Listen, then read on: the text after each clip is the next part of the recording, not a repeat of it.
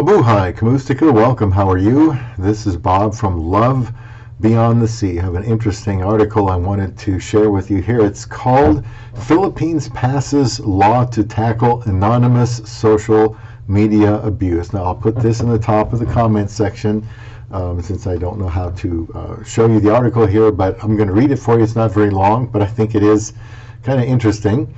And it starts like this. The article comes from Manila.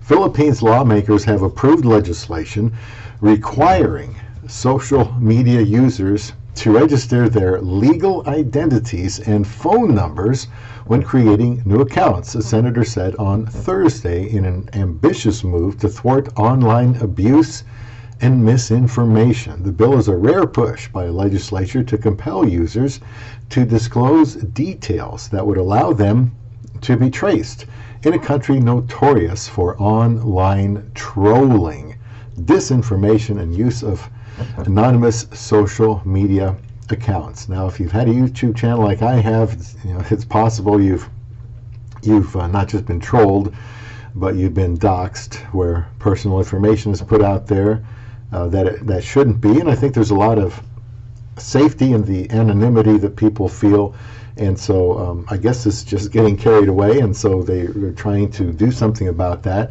The article here continues. It is our little contribution to fight the anonymity that provides the environment for trolls and other malicious attacks to thrive in the age of social media, said Senator Franklin Drilon, one of the authors of the bill, which was passed by the lower house and Senate, but still requires presidential approval. This new provision will prevent anyone from making anonymous accounts online so they could attack anyone endlessly and viciously. Sounds good to me. It was not immediately clear from the bill how social media companies would know if a name or number used to register an account was fake or false, they say. The law prescribes punishments of jail or large fines or both for providing false information. Twitter and Facebook have come under pressure in the Philippines to combat fake news and inauthentic accounts, particularly around politics. Facebook declined to comment on the Philippine law, and Twitter did not immediately respond to a request for comment. It comes ahead of the general election in May that will choose a president.